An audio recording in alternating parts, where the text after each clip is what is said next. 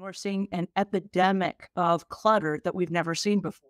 It kind of started back in the pandemic era when everyone was staying at home.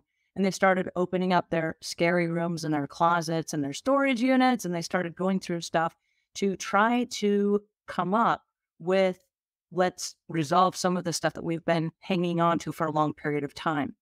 And as a result of pulling everything out, it unearthed a lot of emotions. And there are a lot of people that now have big piles of things, or they have rooms of things that they're kind of stuck with, and they don't really know what happens next. And so there's this paralysis that has set in.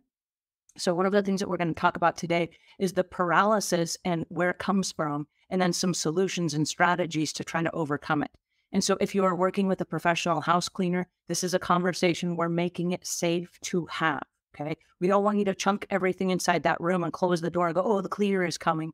We want that to be out there in the open and say to the house cleaner, can you help me with this? If they cannot help you with that, they might be able to transfer that responsibility over to a professional organizer.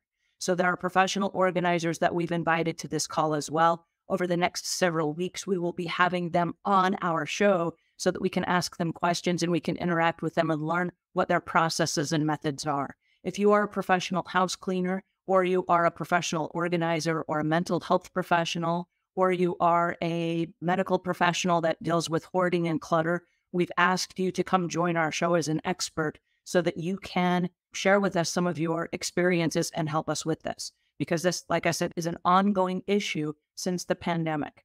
All right, now some of the things that we're dealing with that are kind of at an all-out massive action awareness is that it is affecting our mental health, it's affecting our physical health, and oftentimes with odd amounts of clutter, it's affecting our personal safety. And so and I'm aware of it now because we have elder parents, and there's a certain age where your kids are moving away from home and you have all of your kids' stuff. And then your elder parents have either things that they're downsizing, and so they give you their stuff, or they've passed away and now you have their home full of stuff.